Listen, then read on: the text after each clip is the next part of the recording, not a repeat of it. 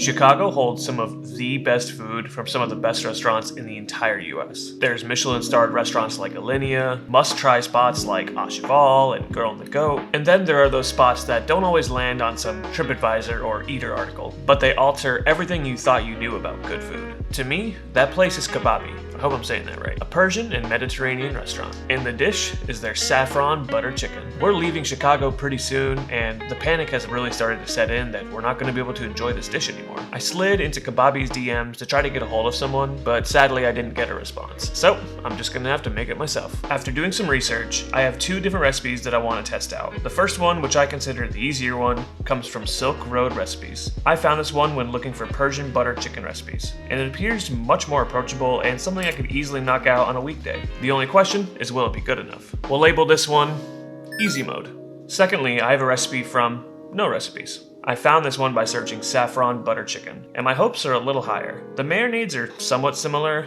but the gravy is made with more spices and some additional techniques. We'll label this one Hard Mode. Alright, time to cook. Let's start with the marinade for both recipes. For Easy Mode, to a bowl, I'll add a half cup of plain Greek yogurt, 3 cloves of grated garlic, 1 tablespoon of grated ginger, 2 teaspoons of garam masala, 1.5 teaspoons of turmeric, 1.5 teaspoons of ground cumin, 1 teaspoon of cayenne pepper, 1 tablespoon of lemon juice, mix, and add 1.5 pounds of boneless, skinless chicken thighs. For Hard Mode, in a bowl, I'll combine a 1/3 cup of plain Greek yogurt, a tablespoon of vegetable oil, 1 teaspoon of salt, 1 teaspoon of garam masala, a 1/4 teaspoon of crushed saffron threads, a teaspoon of grated garlic and ginger mixture, mix, and add 1 pound of boneless, skinless chicken thighs. From here, I'll get in there and coat the chicken with the marinade by hand. This way I can make sure every part of the thigh gets a thorough coating. I'll transfer those to a large Ziploc bag and let them marinate overnight. Okay, so we've got the Easy Mode and the Hard Mode butter chicken marinades done. These are gonna sit overnight, so I will see you guys in the morning.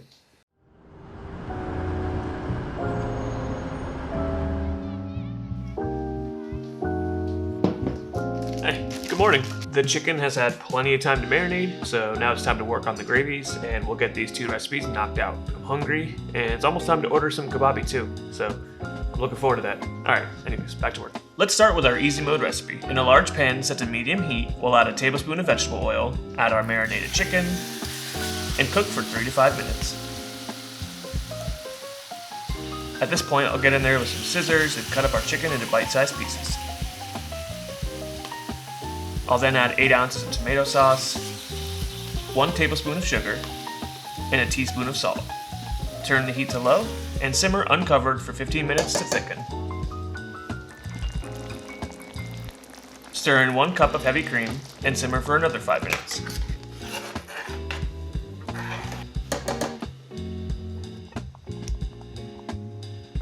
Then remove from the heat and mix in 2 tablespoons of butter. Serve with some basmati rice, some pita bread, and garnish with fresh cilantro. Now for the Hard Mode recipe. In a food processor, I pureed 600 grams of whole stewed tomatoes along with their juices, and 2 tablespoons of tomato paste.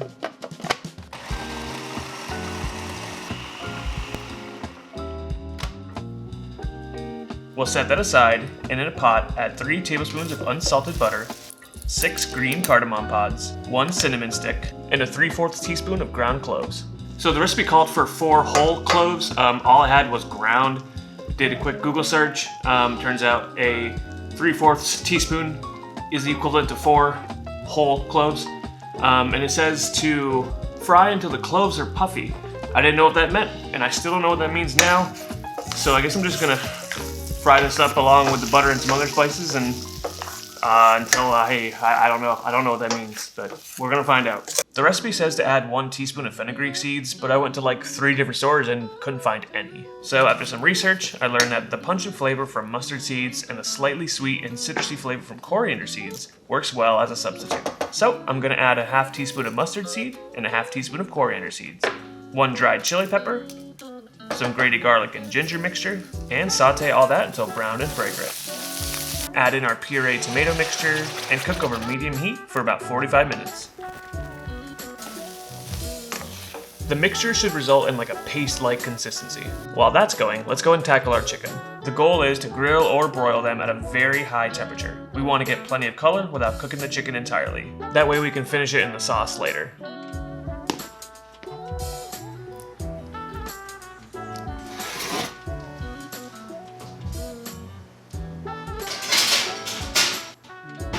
So after a few flips in the oven, our chicken looks just like this. We'll let this rest for about 10 minutes before slicing into bite-sized pieces. Alright, 45 minutes have almost gone by. The gravy's getting thick. Next, we'll get our food processor out again and add 40 grams of raw cashews, along with 2 cups of water, and puree until smooth.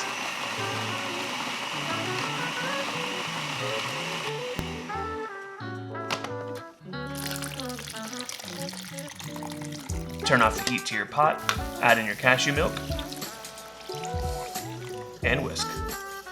We'll then strain the entire thing through a fine mesh sieve so we don't have to worry about eating, whole spices. We'll add in our chicken, 1 teaspoon of salt, and 1 teaspoon of garam masala. Simmer for 6 to 8 minutes over medium heat until the chicken is cooked through.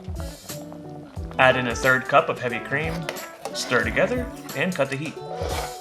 I plated this one up a little bit fancier with the butter chicken on the side, some extra little cream in there, a nice little single cilantro leaf, and all the accoutrements on the side.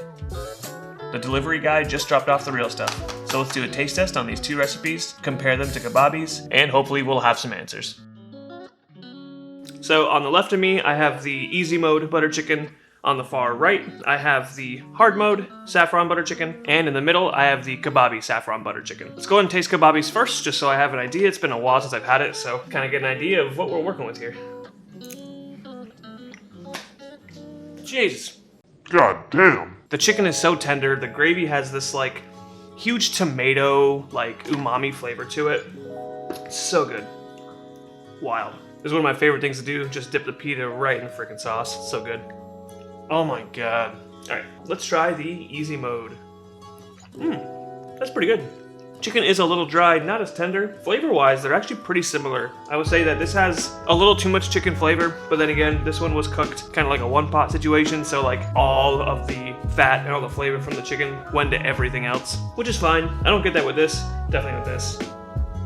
That's good though. Alright, let's try the hard mode. Chicken's definitely not as dry, really good. I will say though, I feel like this is reaching a little too far. It's good, it's like its own thing. I feel like it's a little too, I feel like it's too far off from what this is. It's good though. I'm gonna go back to this real quick.